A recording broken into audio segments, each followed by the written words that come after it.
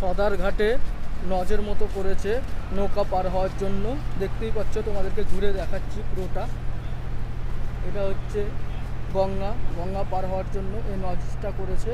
দেখাচ্ছি তোমাদেরকে উপরে উঠে উপরটা কেমন।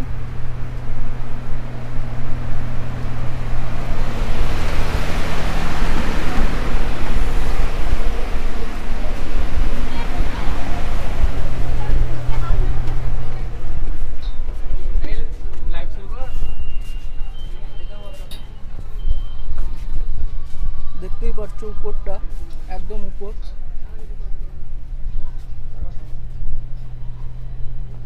সবাই মিলে যাচ্ছি আমরা গঙ্গার ওই পারে মাছ ধরতে। দেখতেই পাচ্ছ সব নৌকা পার হওয়ার জন্য, 4 চাক্কা, বাইক।